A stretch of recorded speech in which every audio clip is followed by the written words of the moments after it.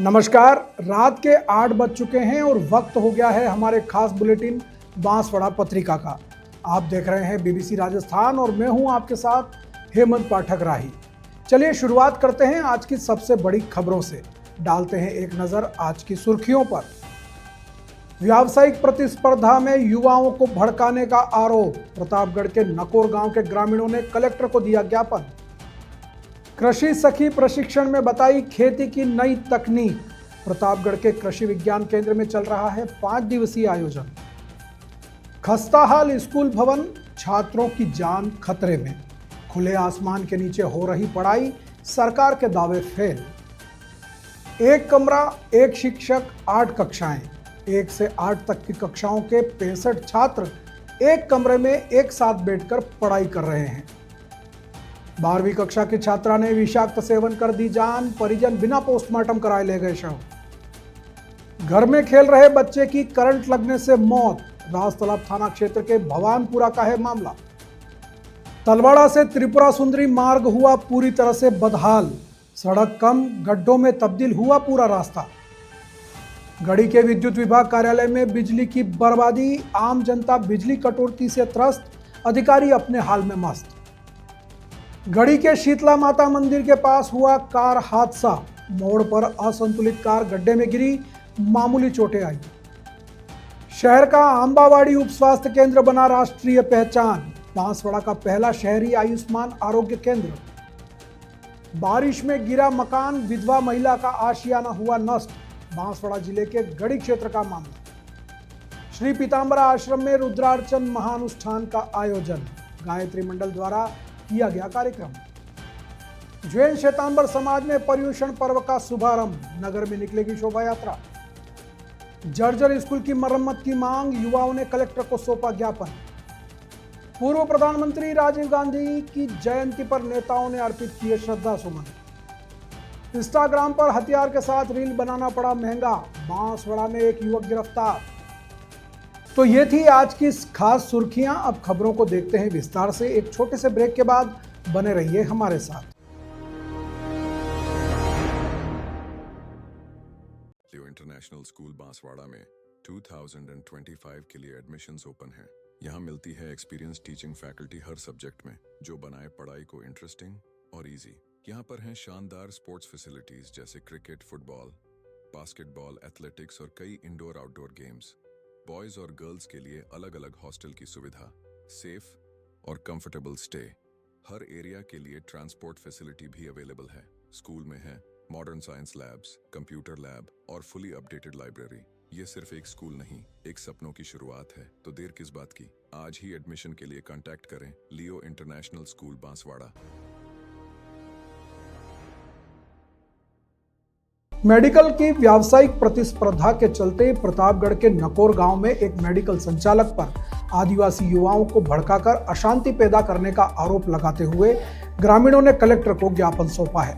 ज्ञापन में मेडिकल संचालक के खिलाफ कठोर कानूनी कार्रवाई करने की मांग की गई है। नकोर गांव के उप सरपंच विक्रम गुर्जर के नेतृत्व में बड़ी संख्या में ग्रामीण मिनी सचिवालय पहुंचे और कलेक्टर डॉक्टर अंजलि राजौरिया को ज्ञापन सौंपा।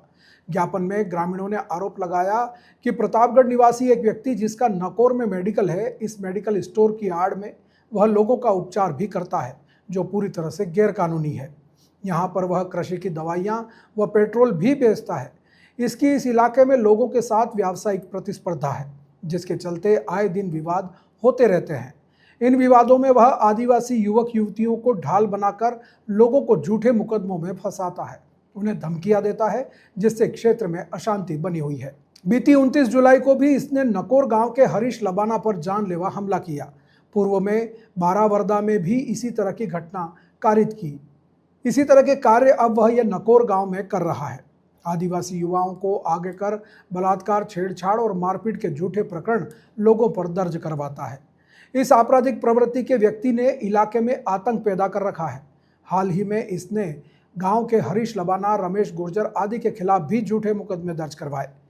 इसकी प्रताड़ना से लोग तंग आ चुके हैं। ग्रामीणों ने कलेक्टर से मांग की है कि इस झोलाछाप डॉक्टर के खिलाफ कठोर कानूनी कार्रवाई की जाए और इस क्षेत्र से बेदखल किया जाए, ताकि क्षेत्र में शांति व्यवस्था कायम हो सके। आज समस्त गुर्जर समाज ने झोला साहब डॉक्टर दिनेश शर्मा के खिलाफ ज्ञापन दिया है। उसने गुर्जर समाज को गाली गलौज करी है सोशल मीडिया के जरिए और हमारे आदिवासी भाइयों को इकट्ठा करके गुर्जर समाज के खिलाफ भड़काने की कोशिश कर रहा है। वो आए दिन मीटिंग कर रहा है वहाँ पर और गुर्जर समाज और आदिवासी भाई हम हमेशा साथ में रहते हैं वहाँ पर, लेकिन उनके खिलाफ गुर्जर के खिलाफ उनको भड़का कर उनका यूज़ करके गांव में 2 दिन का अल्टीमेटम दे रहा है कि अगर हमारा समझौता नहीं हुआ तो हम आपके घरों में आग लगा देंगे। ये सब डॉक्टर दिनेश कर रहा है ये काम। उसके खिलाफ प्रशासन सख्त से सख्त कार्रवाई करे। हम समस्त गुर्जर समाज यही मांग करते हैं कि उसको जल्दी से जल्दी गिरफ्तार करे। और क्या किया फिर आपने? और उन्होंने बहुत सारे नाम फर्जी लिखा रखे हैं एफआईआर में। जिन्होंने भी जो घटना करी वो गिरफ्तार हो चुके हैं। बाकी की मतलब दिनेश डॉक्टर प्रेशर बना रहा है प्रशासन पे, वो सत्य नहीं है, वो झूठ है बिल्कुल, क्योंकि वो निर्दोष लोग हैं। वो बाहर रह रहे हैं, उनको पुलिस प्रताड़ित कर रही है। तो हम प्रशासन से भी ये सहयोग चाहते हैं कि उनको परेशान नहीं करें और दिनेश शर्मा के खिलाफ सख्त कार्रवाई करें। इसके पास फर्जी डिग्रियां हैं, फर्जी इलाज करता है, मक्की की दवाइयाँ बेचता है, मेडिकल के साथ साथ ये मतलब वहाँ लोगों को भड़काने का काम करता है।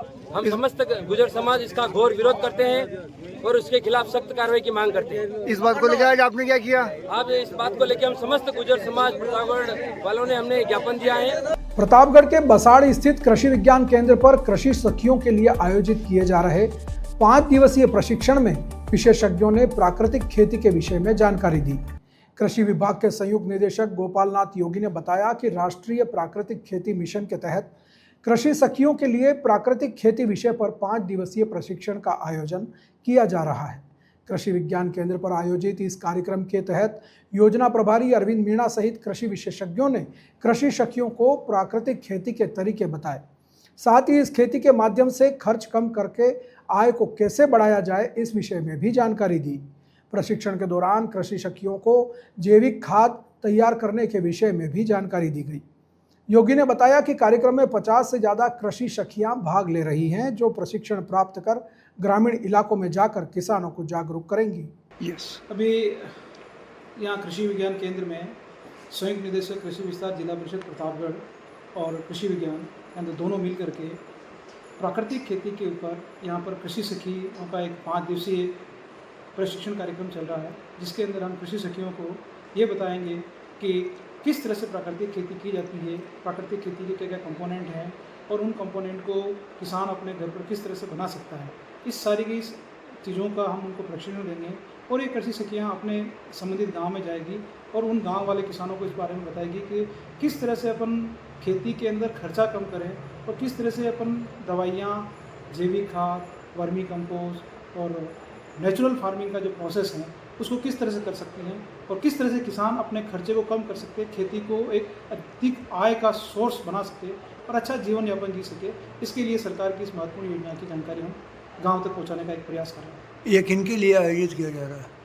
ये कृषि सखियाँ हैं जो राजीविका के माध्यम से चयनित की गई थी, उन्हीं कृषि सखियों किया जा रहा है। अभी हमारा ये प्रथम बैच चल रहा है, इसके बाद में हमारा द्वितीय बैच चलेगा। उन द्वितीय बैच को भी हम ये सारी जानकारी उपलब्ध कराकर किसानों तक ये सुविधा पहुँचाने का प्रयास कर रहे हैं। एक तरफ जहां सरकार सरकारी स्कूलों में छात्रों का नामांकन बढ़ाने का दावा कर रही है, तो दूसरी तरफ जर्जर स्कूलों के चलते छात्र इन स्कूलों को छोड़कर अन्य स्कूलों में प्रवेश ले रहे हैं। दरअसल जर्जर स्कूलों की स्थिति जहां हम जिले में देखें या ग्रामीण क्षेत्रों में देखें तो एक बार की समझ में आता है कि वहां कोई ध्यान नहीं दे रहा है, लेकिन जर्जर स्कूलों की स्थिति का मामला यदि शहर में निकले और जिला मुख्यालय पर निकले तो ये आश्चर्य का विषय है। ऐसा ही एक स्कूल बांसवाड़ा जिला मुख्यालय पर स्थित है, जहां 3 साल पहले करीब 250 छात्र कक्षा 1 से 8वीं तक पढ़ाई करते थे। अब हालत यह हो गई है कि यहां मात्र 65 ही छात्र पढ़ाई कर रहे हैं। बांसवाड़ा शहर के चंद्रपोल गेट स्थित राजकीय उच्च माध्यमिक विद्यालय बाल मंदिर का हाल बद से बदतर है और ये शिक्षा विभाग के ऊपर एक बदनुमा दाग की तरह लगा हुआ है। भवन की जर्जर हालत और शिक्षकों की भारी कमी के कारण पिछले 4 सालों में छात्रों की संख्या 240 से घटकर मात्र 67 रह गई है। अभिभावक अपने बच्चों का भविष्य खतरे में देखकर उनका नाम कटवा रहे हैं। स्कूल के भवनों को देखकर ही उसकी दुर्दशा का अंदाजा लगाया जा सकता है। ऊपरी हिस्सा पूरी तरह से जर्जर हो चुका है और उस पर काई जमी हुई है, जिससे वह हरा दिख रहा है। वर्ष 2010 में स्कूल की दीवार ढहने से 2 लोगों की मौत के बाद ऊपरी मंजिल को पूरी तरह से बंद कर दिया गया। कुल 7 कमरों में से 3 जर्जर घोषित हो चुके हैं। एक कमरा शिक्षकों के ऑफिस के रूप में इस्तेमाल होता है और एक में आंगनवाड़ी केंद्र चल रहा है। इस पूरे स्कूल को सिर्फ एक ही शिक्षक चला रहे हैं। नतीजतन पहली से 8वीं तक की 8 कक्षाओं के 67 बच्चों को एक ही कमरे में बैठाकर पढ़ाया जा रहा है। बच्चों की संख्या लगातार घट रही है। वर्ष 2022 में जहां 240 बच्चे थे, वहीं 2023 में 106, 2024 में 76 और अब मात्र 67 बच्चे रह गए हैं। पिछले महीने ही 12 बच्चों के अभिभावक उनकी टीसी ले गए। वर्तमान में कक्षा 1 से 5 में 25 और कक्षा 6 से 8 में 42 बच्चे नामांकित हैं। लेकिन स्कूल आने वालों की संख्या बहुत कम है।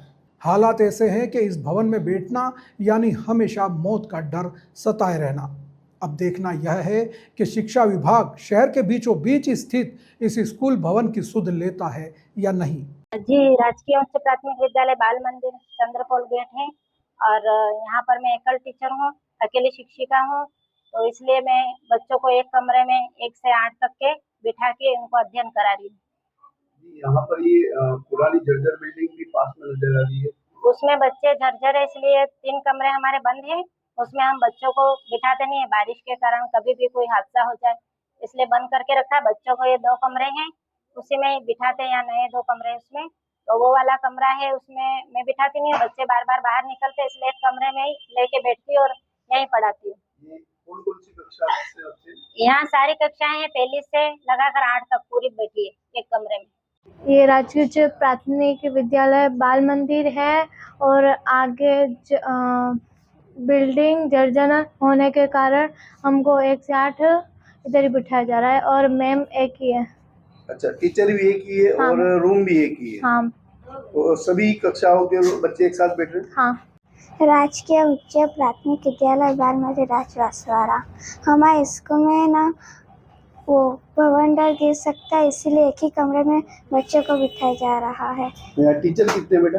एक ही है। एक ही टीचर है। हाँ। और यहाँ ये जो आप लोग जो बैठे हो कौन सी कक्षा के बैठे? 1 से 8 तक बैठे। सब एक साथ ही बैठे? हाँ। शहर के चंद्रपोल गेट स्थित राजकीय उच्च बाल मंदिर जो ये स्कूल है, जिसका भवन जर्जर होने के कारण सभी बच्चों को 1 से 8 तक की कक्षा के बच्चों को एक साथ एक ही कमरे में बिठाया जा रहा है। और यहाँ पर जब हमने यहाँ टीचर से बात की तो पता चला कि शिक्षक भी एक ही है। इस वजह से एक ही रूम में 1 से 8 तक के बच्चों को बिठाया जा रहा है। Naresh Bhavsar, BBC Rajasthan news channel से। बांसवाड़ा पत्रिका में एक छोटा सा विराम, जल्द लौटते हैं कुछ और अहम खबरों के साथ। देखते रहिए BBC राजस्थान। लियो इंटरनेशनल स्कूल बांसवाड़ा में 2025 के लिए एडमिशन्स ओपन हैं। यहाँ मिलती है एक्सपीरियंस टीचिंग फैकल्टी हर सब्जेक्ट में, जो बनाए पढ़ाई को इंटरेस्टिंग और इजी। यहाँ पर हैं शानदार स्पोर्ट्स फैसिलिटीज जैसे क्रिकेट, फुटबॉल, बास्केटबॉल, एथलेटिक्स और कई इंडोर आउटडोर गेम्स। बॉयज और गर्ल्स के लिए अलग अलग हॉस्टल की सुविधा, सेफ और कंफर्टेबल स्टे। हर एरिया के लिए ट्रांसपोर्ट फैसिलिटी भी अवेलेबल है। स्कूल में है modern science labs, computer lab और फुली अपडेटेड लाइब्रेरी। ये सिर्फ एक स्कूल नहीं, एक सपनों की शुरुआत है। तो देर किस बात की, आज ही एडमिशन के लिए कांटेक्ट करें लियो इंटरनेशनल स्कूल बांसवाड़ा। ब्रेक के बाद एक बार फिर आपका स्वागत है बांसवाड़ा पत्रिका में। बढ़ते हैं आगे की खबरों की ओर। राज्य सरकार के जर्जर स्कूलों को गिराने और उसमें छात्रों को न बैठाने के आदेश के बावजूद कई जगहों पर खस्ताहाल स्कूल भवनों में पढ़ाई जारी है। ऐसा ही एक स्कूल राजस्थान के प्रतापगढ़ जिले में बांसवाड़ा सीमा पर स्थित है। पीपलखुर्द पंचायत समिति के चरपोटापाड़ा गांव में है। यहाँ के राजकीय प्राथमिक विद्यालय का हाल बद से बदतर है, जहाँ 100 से अधिक छात्र जान जोखिम में डालकर शिक्षा ग्रहण करने को मजबूर हैं। BBC राजस्थान की टीम ने जब इस स्कूल का जायजा लिया तो चौंकाने वाली तस्वीर सामने आई। पहली से 5वीं तक की कक्षाओं के लिए यहाँ सिर्फ 2 कमरे हैं, जो पूरी तरह से जर्जर हो चुके हैं। छत और दीवारों में बड़ी बड़ी दरारें हैं, जिससे ये किसी भी समय ढह सकते हैं। सुरक्षित कमरों की कमी के कारण छात्रों को खुले आसमान के नीचे बैठकर पढ़ाई करनी पड़ रही है। गर्मी, सर्दी और बारिश के हर मौसम में इनके लिए यही एकमात्र विकल्प है। विद्यालय स्टाफ ने बताया कि भवन की हालत इतनी खराब है कि बारिश होने पर बच्चों की सुरक्षा को ध्यान में रखते हुए छुट्टी करनी पड़ती है। इस स्कूल में सुविधाओं के नाम पर सिर्फ 2 कमरे हैं, जो छात्रों की संख्या के हिसाब से बहुत कम है। मजबूरी में कई कक्षाओं को एक साथ मिलाकर एक ही कमरे में पढ़ाया जाता है, जिससे पढ़ाई का माहौल भी प्रभावित होता है। अभी प्रदेश में बरसात का दौर चल रहा है और कई लगातार स्कूलें, सरकारी स्कूलें गिरने का दौर भी चल रहा है। अभी हम प्रतापगढ़ जिले के पीपलपुर क्षेत्र के एक प्राथमिक स्कूल है जो है उसमें चरपोटा पड़ाव में खड़े हैं। वहां पर भी आप देख सकते हैं कि मेरे साथ में कुछ बच्चे हैं जो खुले आसमान में एक टीन शेड के नीचे पढ़ाई कर रहे हैं। इस स्कूल में मात्र 2 रूम हैं और दो रूम है उसकी स्थिति भी खराब है, जिससे चलते सुरक्षा के चलते बच्चों को बाहर अभी पढ़ाया जा रहा है। और यहाँ पर एक टीन शेड लगा हुआ है, सड़क है पास में जहाँ लोग आते जाते रहे हैं, साथ में बच्चे यहाँ पढ़ाई कर रहे हैं। तो कमरों की क्या स्थिति है और स्कूल की क्या दशा है, इसके बारे में हमारे साथ में यहाँ के एचएम मौजूद हैं, उनसे पूछते हैं कि सर ये क्या स्थिति इस रूम की। यहाँ पे हमारे साथ में हमारे इस विद्यालय के प्रधानाचार्य मौजूद हैं। सर आपका नाम क्या है? सर रमेश चंद्र निनामा। ये कि स्कूल की क्या स्थिति है सर अभी? सर ये पूरा जीर्णोद्धार करने का संभावना जर्जर अवस्था में है। हाँ। और हमने कई बार इसके लिए ज्ञापन भी दिए हैं, पंचायत को भी दिया है, डीओ साहब को दे दिया है, पीओ को भी दिया, सीबीओ साहब को भी दे रखा है, लेकिन अभी तक इस पर कोई सुनवाई नहीं हुई। तो बच्चे बाहर बैठ रहे हैं ऐसे क्या? टीन शेड के नीचे हमने एसएमसी द्वारा इनका निर्माण किया गया है। हाँ। तो उसी हिसाब से हमने बैठा रखे। अंदर एक कमरे में कितने बैठे हुए हैं? एक कमरे में 50 बच्चे बैठे हुए हैं। और कितनी क्लासे है एक सब में? 2 क्लासें लगी हुई है, एक कक्षा बाहर बैठे। और यदि बरसात आती है तो क्या होता है फिर? बरसात आती है छुट्टी करनी पड़ती है। अच्छा, छुट्टी करनी पड़ती है। तो कब से ये स्थिति बनी हुई है? ये 5 वर्ष से लगातार हो गए। अच्छा। तो भवन अभी सुरक्षित है क्या? भवन असुरक्षित है। असुरक्षित है, जर्जर अवस्था में है। हाँ। तो आपने देखा कि स्वयं कह रहे हैं कि ये जो भवन है असुरक्षित है और बाहर बच्चों को पढ़ाई करनी पड़ रही है। जब बरसात आती है तो बच्चों को स्कूल की छुट्टी करनी पड़ती है या इन बच्चों को अंदर कमरे में शिफ्ट करना पड़ता है। कमरों की स्थिति भी बहुत अच्छी नहीं है, जिससे चलते यहाँ का स्टाफ चाहता है कि छुट्टी हो जाए। तो यह धरातलीय स्थिति है। सरकार दावे करती है कि स्कूल की जो अच्छी बिल्डिंग करेंगे, विकास के दावे करती है, लेकिन आप समझ दे सकते हैं कि ये राजकीय प्राथमिक विद्यालय चरपोटापाड़ा का स्कूल है, जहां पर देख सकते हैं कि मेरे साथ में यहाँ पे बच्चे कई सारे हैं। बच्चे एक रूम में 2-2, 3-3 बच्चे हैं। साथ में यहाँ पर पोषाहार भी पड़ा हुआ है। आप देख सकते हैं कि यहाँ पे पोशाक की सामग्री पड़ी हुई है और एक रूम में 2-2 बच्चे यहाँ पे पढ़ाई कर रहे हैं। तो यह स्थिति वास्तविक स्थिति है। आप देख सकते हैं कि ये जो एक कमरा है उसके अंदर 2 कक्षा चल रही हैं और कक्षाओं के साथ ही यहाँ पर पोशाक का सामग्री जो गेहूं पड़ा हुआ है वो भी यहाँ पड़ा हुआ है और दूसरा सामान पड़ा वो भी यहाँ पड़ा हुआ है। साथ में बच्चे 2-2 कक्षाओं के कमरे में, एक कमरे में पढ़ाई करने मजबूर हैं, जहां पर एक अध्यापक 2-2 कक्षाओं को एक साथ पढ़ाते हैं, जिससे पढ़ाई का क्या हाल होगा आप स्वयं जान सकते हैं। तो ये स्थिति एक कमरे की और भी है। हम वहां बताते हैं आपको कि वहां पर भी 2 कक्षा एक साथ लग रही हैं। भवन पूरा जर्जर हो चुका है, सलिए बाहर निकले हुए हैं और पास में खेत है, रोड है। ये एक कमरा और है जहां पर भी 2 जो हैं कक्षा एक साथ बैठी हुई हैं। आप कौन सी क्लास के बच्चे हो? चौथी और 5वीं क्लास के बच्चे एक साथ बैठे हुए हैं। तो सर आप यहाँ कौन सी क्लास रखती हैं? कैसे? यहाँ कौन सी क्लास रखी हुई है? या अभी 4वीं और 5वीं के। अच्छा। हाँ सर। एक साथ क्यों बिठा रखा सर? एक साथ सर क्योंकि हमारे पास एक तो नामांकन भी ज्यादा है। पूरे स्कूल में 106 नामांकन है। उसके बाद 2 ही कमरे हैं, तो 4वीं और 5वीं को साथ में बैठा रखा है। अच्छा। तो पढ़ाई में डिस्टर्बेंस नहीं होता ऐसे? डिस्टर्बेंस तो सर होता है, जैसे हमारे क्लास में हम स्टाफ 3 है। अब जैसे एक स्टाफ बाहर, एक स्टाफ इसमें हो, एक इसमें, और उसके बाद हमारा जो सिलेबस है वो भी सही ढंग से पूरा नहीं हो पाता है। तो ये पोशाक का ऐसे कैसे चलता है? पोशाक का सर हमने उस कमरे में थोड़ा ना बच्चे काम है तो वहाँ पीछे रख रखा है। अच्छा। तो फिर पोशाक का बनता है फिर? पोशाक तो वो है सर, वो इधर वो अलग रूम बना, अलग रूम है, किचन अलग है। अच्छा। तो क्या व्यवस्था कर रखी है बच्चों के लिए? पढ़ाई कैसे पढ़ाई होती है फिर? पढ़ाई तो सर वैसे हम मेहनत करते हैं, पढ़ाई तो वैसे बढ़िया कर रहे हैं बच्चों की, लेकिन व्यवस्था सुरक्षा व्यवस्था को सुरक्षा है, बरसात के टाइम में ज्यादा दिक्कत आती है। अच्छा। तो सकते हैं कि कक्षा 4 और कक्षा 5 के बच्चे एक ही कमरे में बैठे हुए हैं और यहाँ पर एक समय में एक ही अध्यापक पढ़ा कर सकता है। ऐसे एक दूसरा रूम है, वहां पर कक्षा 3 और 2 के बच्चे पढ़े हुए हैं, ऐसे ऐसे कोई बच्चे बाहर पढ़ाई कर रहे हैं टीन शेड में। तो ये हालात हैं, राजस्थान सरकार में शिक्षा विभाग के ये हालात हैं, ये धरातल स्थिति है। हम आज पीपलकुट प्रतापगढ़ का क्षेत्र है, जहाँ की जनजातीय क्षेत्र बहुल क्षेत्र है, जहाँ आज भी आजादी के इतने सालों बाद भी शिक्षा की यह दयनीय स्थिति है। ये पास में हमारे खेत हैं, आप देख सकते हैं कि सड़क है, तो ये स्थिति इस स्कूल की है। तो जिस इस स्कूल की ये स्थिति होगी, यहाँ से निकलने बच्चों का भविष्य कैसा होगा आप स्वयं जान सकते हैं। बीबीसी आसाम के लिए सुभाष मेहता। बांसवाड़ा जिले के दानपुर थाना अंतर्गत मकनपुरा गांव में 12वीं कक्षा की एक छात्रा ने घर में पड़ा कीटनाशक पीकर जान दे दी। उसने किस वजह से कीटनाशक पिया, परिवार के लोग नहीं बता पा रहे हैं। दरअसल घटना मंगलवार रात की है, जब छात्रा ने कीटनाशक पी लिया। कुछ देर बाद तबीयत बिगड़ने पर उसके परिजनों को पता चला तो तत्काल एम्बुलेंस को सूचना दी गई। कुछ देर में एम्बुलेंस मौके पर पहुंची तो युवती को छोटी सरवन के प्राथमिक स्वास्थ्य केंद्र ले जाया गया, जहां उपचार के बाद भी उसकी हालत में सुधार नहीं होने पर उसे गंभीर हालत में एमजी अस्पताल रेफर कर दिया गया। यहां अस्पताल में उपचार के दौरान उसकी मौत हो गई। परिजनों ने बताया कि रेखा पुत्री हरीश मीणा ने विषाक्त सेवन कर लिया। उसे किस बात की परेशानी थी, इसके बारे में परिजनों को नहीं पता। पुलिस ने सूचना मिलने पर अस्पताल पहुंचकर शव को मोर्चरी में रखवा दिया। बुधवार को पोस्टमार्टम के बाद शव परिजनों को सौंपा गया और घटना के संबंध में प्रकरण दर्ज कर जांच शुरू कर दी है। रेखा कुमारी, गांव मकनपुरा, क्लास 12 में पढ़ाई करती थी। किसी घर पे कोई था नहीं, उसने पॉइजनिंग कर लिया। उपचार के लिए हम CSC छोटी सरवन लाए थे। छोटी सरवन से रेफर किया, हम MG लाए। MG में डेट हो गई। हम पोस्टमार्टम नहीं करवाना चाहते हैं, बॉडी को घर ले जाना चाहते हैं। इसके पिता का नाम क्या बताया? हरीश मीणा। बांसवाड़ा शहर के राजतालाब थाना क्षेत्र अंतर्गत भवानपुरा इलाके में मंगलवार दोपहर घर में खेल रहे एक बच्चे को करंट लग गया। गंभीर हालत में उसे MG अस्पताल ले गए, लेकिन डॉक्टरों ने उसे मृत घोषित कर दिया। जानकारी के अनुसार भवानपुरा निवासी 12 वर्षीय आकाश पुत्र वेलजी अपने घर के अंदर खेल रहा था। इसी दौरान वह खुले तारों से करंट की चपेट में आ गया और गंभीर रूप से झुलस गया। उसका शोर सुनकर परिजन दौड़े और उसे वहां से बचाया और तत्काल उपचार के लिए निजी वाहन से MG अस्पताल लेकर आए।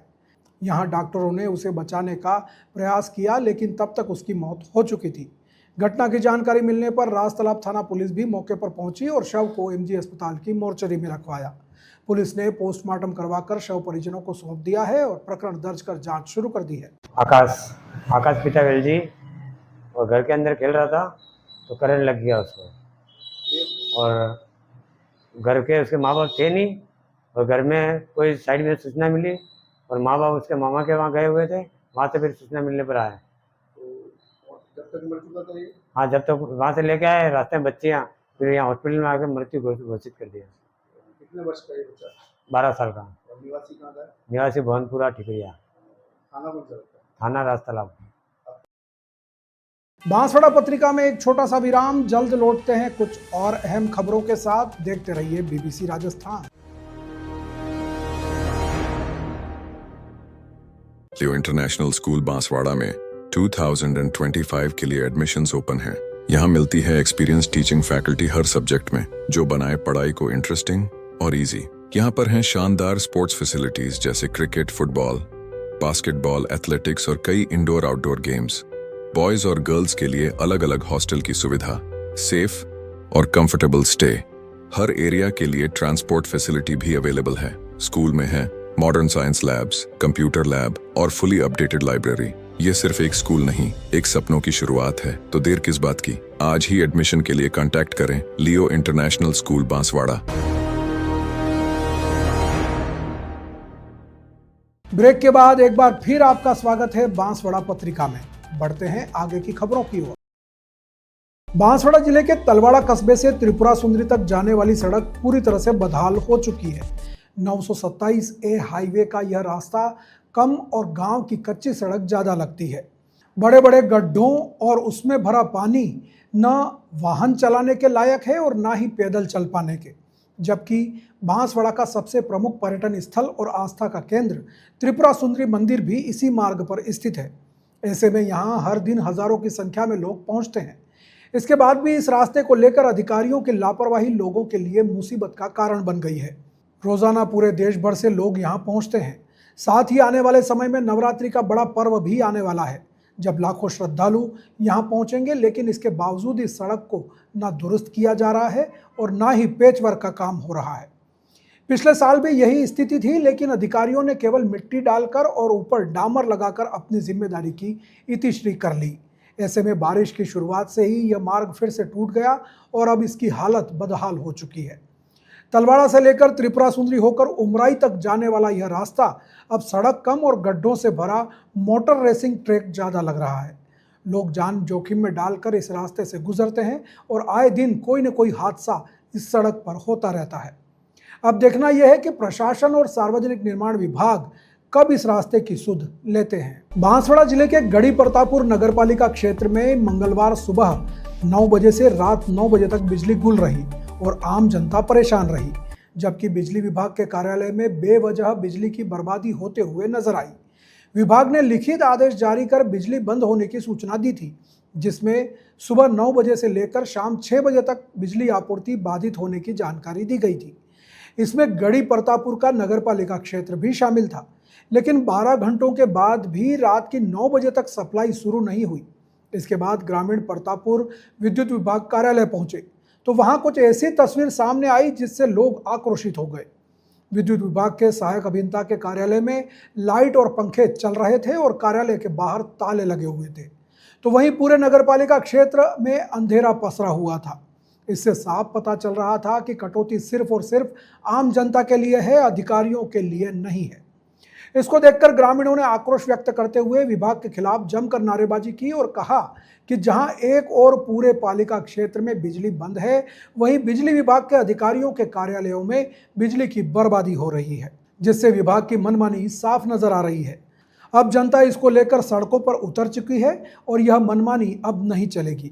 सभी ने बिजली समस्या को जल्द से जल्द ठीक करने की मांग की है, ताकि आने वाले समय में कोई ऐसी दिक्कत न आए, और लापरवाह अधिकारियों के खिलाफ कार्रवाई की मांग भी की गई है। विद्युत विभाग के कार्यालय में हम सब लोग आए हुए हैं।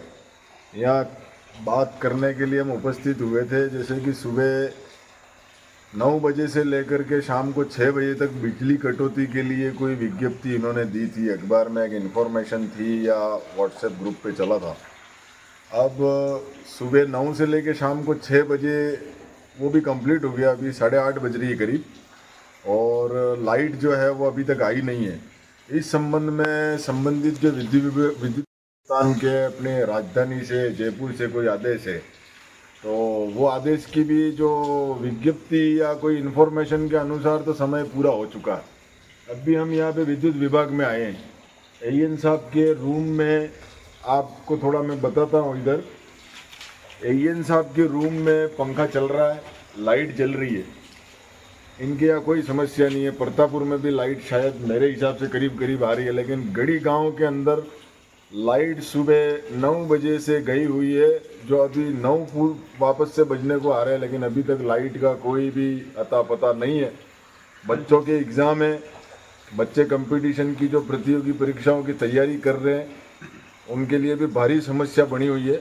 सभी ग्रामीण यहाँ पे आए हैं, निवेदन करने के लिए आए हैं हम, लेकिन यहाँ पे हमें एएन साहब मिल नहीं रहे। उनका पंखा चालू है, लाइट जल रही है, बाहर ताला लगा हुआ है। बांसवाड़ा जिले के गढ़ी कस्बे में शीतला माता मंदिर के पास एक बार फिर सड़क हादसा हुआ और मोड़ पर एक कार अनियंत्रित होकर गड्ढे में जा गिरी, जिससे उसमें सवार लोग घायल हो गए। गनीमत रही कि उन्हें मामूली चोटें आई हैं। दरअसल पालोदा से आनंदपुरी जाने वाला स्टेट हाईवे गढ़ी के शीतला माता मंदिर के निकट से होकर गुजरता है और मंदिर के पास एक ऐसा मोड़ है जहां अक्सर वाहन असंतुलित होकर दुर्घटना का शिकार हो जाते हैं। आए दिन यहां पर कोई न कोई दुर्घटना होती रहती है। इसके बावजूद यहां ना तो स्पीड ब्रेकर बनाया गया है और ना ही कोई संकेतक या विकट मोड़ की सूचना लगाई गई है, जिससे वाहन चालक भ्रमित हो जाते हैं और अंधा मोड़ होने के कारण दुर्घटनाग्रस्त हो जाते हैं। स्थानीय लोगों का कहना है कि यहां आए दिन कोई न कोई हादसा होता है। पिछले एक सप्ताह के दौरान ही कम से कम 4 से 5 गाड़ियां सड़क किनारे खड्डे में गिर चुकी हैं और कई लोग घायल हो चुके हैं। आसपास रहने वाले लोगों ने कार चालकों की मदद की और उन्हें कार से बाहर निकाला। गनीमत रही कि किसी को ज़्यादा चोटें नहीं आई हैं। वहीं इस मामले को लेकर क्षेत्र के लोगों में भारी आक्रोश है। उन्होंने बताया कि इस समस्या को लेकर कई बार अधिकारियों और विभाग को सूचना दी गई, लेकिन अब तक इस समस्या का समाधान नहीं हो पाया है। अब देखना यह है कि आने वाले समय में विभाग क्या किसी की जान जाने के बाद ही यहां पर सावधानी का इंतजाम करेगा। बांसवाड़ा जिले के लिए गौरव की बात है कि आंबावाड़ी स्थित शहरी आयुष्मान आरोग्य मंदिर को राष्ट्रीय गुणवत्ता आश्वासन कार्यक्रम के तहत 86.71% अंकों के साथ सर्टिफिकेट प्राप्त हुआ है। यह उपलब्धि सभी मानकों को पूरा करते हुए हासिल की गई है। जिला कलेक्टर डॉक्टर इंद्रजीत यादव के नेतृत्व एवं मार्गदर्शन में जिले को यह अहम सफलता मिली है। CMHO doctor Khushpal Singh Rathore, additional CMHO एवं नोडल प्रभारी डॉक्टर भरतराम मीणा, चिकित्सा अधिकारी एवं प्रभारी डॉक्टर हरीशचंद्र कटारा के नेतृत्व में पूरी संस्थान के चिकित्सा टीम का योगदान रहा। डॉक्टर कटारा को इस लक्ष्य को लेकर विशेष जिम्मेदारी दी गई थी। उन्होंने बताया कि खांडू कॉलोनी के लिए भी प्रयास शुरू कर दिए हैं। इसके अलावा जिले स्तर पर ललित सिंह झाला, डॉक्टर वनिता त्रिवेदी का भी योगदान रहा। सर्टिफिकेट प्रक्रिया में असेसर डॉक्टर पंकज मिश्रा एवं डॉक्टर प्रीति ने निरीक्षण किया था। डॉक्टर राठौड़ ने बताया कि राष्ट्रीय गुणवत्ता आश्वासन कार्यक्रम स्वास्थ्य सेवाओं की गुणवत्ता सुनिश्चित करने के लिए केंद्र सरकार की पहल है।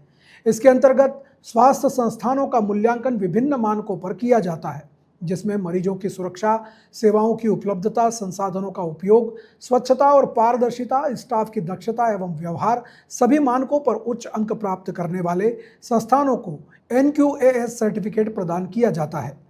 अब अस्पताल के विभिन्न क्षेत्रों में विकास के लिए गाइडलाइन प्राप्त होगी। इसके तहत 3 वर्ष तक 3-3 लाख रुपए भी दिए जाएंगे। बांसवाड़ा जिले के गढ़ी उपखंड क्षेत्र की ग्राम पंचायत मलाना में मंगलवार देर शाम भारी बारिश के कारण एक कच्चा मकान गिर गया। यह मकान गांव की विधवा महिला लीला मुनिया का था। अचानक हुए इस हादसे में मकान पूरी तरह से धराशायी हो गया, जिससे घर में रखा सारा सामान भी नष्ट हो गया।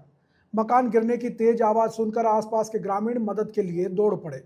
महिला के पास अब जो थोड़ा बहुत मकान बचा है वह भी कभी भी गिर सकता है। बुधवार को ग्राम विकास अधिकारी निर्मला देवी और पटवारी ने मौके पर पहुंचकर स्थिति का जायजा लिया और पंचनामा तैयार किया। ग्रामीणों ने प्रशासन से पीड़ित परिवार को जल्द से जल्द आर्थिक मदद मुहैया कराने की मांग की है। गायत्री मंडल द्वारा श्री पीताम्बरा आश्रम बांसवाड़ा में आयोजित रुद्रार्चन महानुष्ठान में शिव शक्ति साधना का भव्य प्रदर्शन किया गया। इस धार्मिक आयोजन में पारंपरिक और प्राचीन पद्धतियों से किए गए अनुष्ठानों ने श्रद्धालुओं को मंत्रमुग्ध कर दिया। महाअनुष्ठान के दौरान पंडित आशीष पंड्या और पंडित देवशंकर जोशी के आचार्यत्व में विभिन्न देवीय उपचारों से देवी देवताओं और नर्मदेश्वर शिव की पूजा अर्चना की गई। इसके बाद यजुर्वेदीय विधान से रुद्राभिषेक किया गया, जिसमें विभिन्न शैव स्रोतों का सामूहिक पाठ हुआ। इस अनुष्ठान में चंद्रेश व्यास, अनिमेश पुरोहित, अरुण व्यास, विनोद चौबीसा और अजय अधिकारी ने हिस्सा लिया।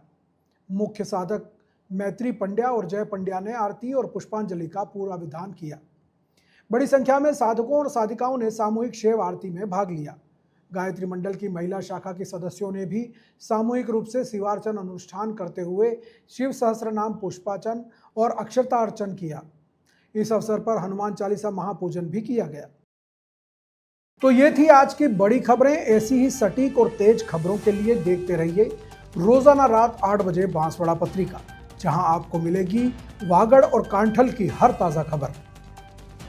अगर आप भी अपने क्षेत्र, संस्था, समाज या संगठन की खबरें हमारे साथ साझा करना चाहते हैं तो हमें संपर्क करें 9414102499 पर और प्रदेश की हर ताज़ा जानकारी के लिए सब्सक्राइब करें हमारे इंस्टाग्राम और यूट्यूब चैनल BBC राजस्थान को।